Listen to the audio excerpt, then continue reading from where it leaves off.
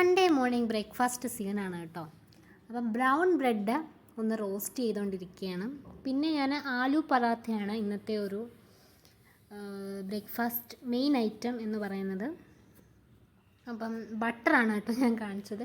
അപ്പം ഞാൻ ബട്ടറല്ല, ഞാൻ ഒലിവ് ഓയിൽ അപ്ലൈ ചെയ്തിട്ടാണ് എനിക്കുള്ള ആലു പറാത്ത തയ്യാറാക്കിയത്. അപ്പം ബാക്കിയുള്ള ഫാമിലി മെമ്പേഴ്സിനൊക്കെ ഞാൻ ഇതുപോലെ പൊങ്ങി വരുമ്പോൾ ബട്ടറാണ് കേട്ടോ ഇട്ട് കൊടുത്തത്.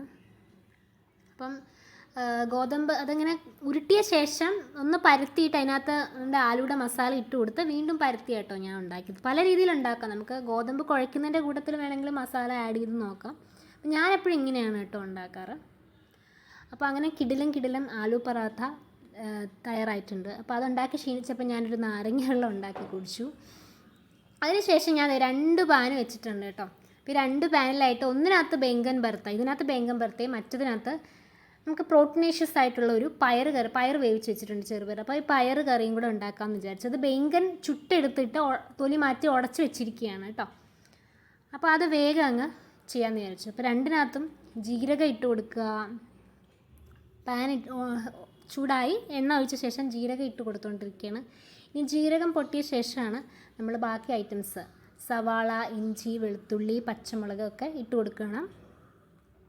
2 ഇട്ട് കൊടുത്തിട്ടുണ്ട് കേട്ടോ. അപ്പോൾ ഇനി 2 ഇതൊന്ന് ആവശ്യത്തിനൊന്ന് മൂത്ത് കഴിയും. ഇതിൽ പയർ കറിയുടെ അത്ര മൂക്കണ്ട, മറ്റതിൽ കുറച്ച് നല്ലതായിട്ടങ്ങ് അത് ഫ്രൈ ആയി വരട്ടെ, അപ്പോഴാണ് അതിൻ്റെ ഒരു ടേസ്റ്റ് വരുന്നത്.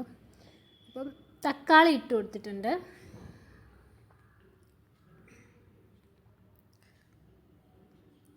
അപ്പം തക്കാളിയും കൂടെ നന്നായിട്ട് വഴണ്ട് വരണം.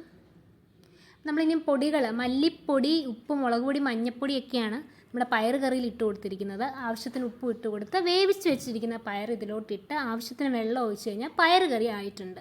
ഇനി ഇതുപോലെ നല്ല ഇതായി കഴിയുമ്പോഴത്തേന് ഇതിനകത്തോട്ട് കുറച്ച് മസാലകൾ, ഗരം മസാലയൊക്കെ ഇട്ട് കൊടുത്തിട്ടുണ്ട്. ആവശ്യത്തിന് ഗരം മസാലയൊക്കെ ഇട്ട് നന്നായിട്ട് ഈ വഴുതനങ്ങ ചുട്ടെടുത്ത് തൊലി കളഞ്ഞത് അങ്ങ് ആഡ് ചെയ്ത് കൊടുക്കണം കേട്ടോ. ഞാൻ ആ വഴുതനങ്ങയുടെ ഇടയ്ക്ക് കുറച്ച് വെളുത്തുള്ളിയും കൂടെ ചുട്ടെടുത്തിട്ടുണ്ടായിരുന്നു. അപ്പോൾ ചുട്ട വെളുത്തുള്ളിയും കൂടെ ഉടച്ച് ചേർത്തിട്ടുണ്ട് കേട്ടോ. അത് പ്രത്യേക ടേസ്റ്റാണ്. ഇതാണ് നമ്മുടെ ആ ഒരു ബ്രേക്ക്ഫാസ്റ്റ് പ്ലാറ്റർ എന്ന് പറയുന്നത്.